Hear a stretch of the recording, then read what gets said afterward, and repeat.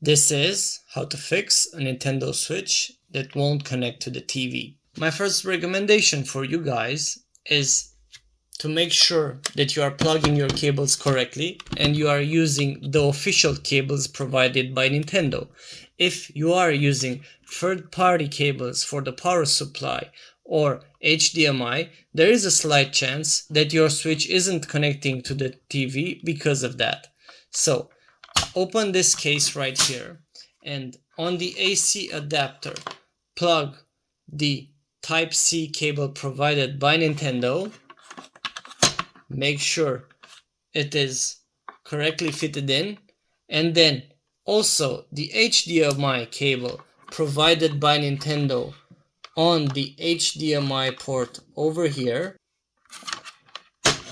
And once these are done correctly and connected to their slots, make sure as well the Nintendo Switch is falling correctly on the Type-C connection on the bottom.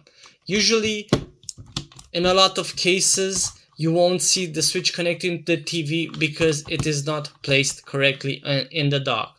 So make sure you clean the bottom of it.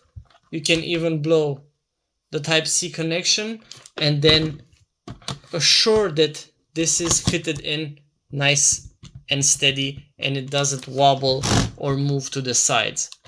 Also, check on your TV that you are using the right HDMI input. So depending on which slot of HDMI you connected your Switch to the TV, switch to that. If these don't work, you can try another method of doing a soft reset on your Nintendo Switch by long pressing this and going through this message until it is completely shut down. You will notice that when I open it right now, it will do the initial boot up of Nintendo, and then try to connect this to the TV again by fitting it nice and steady on the dock again. Now you know how to fix a Nintendo Switch that won't connect to the TV.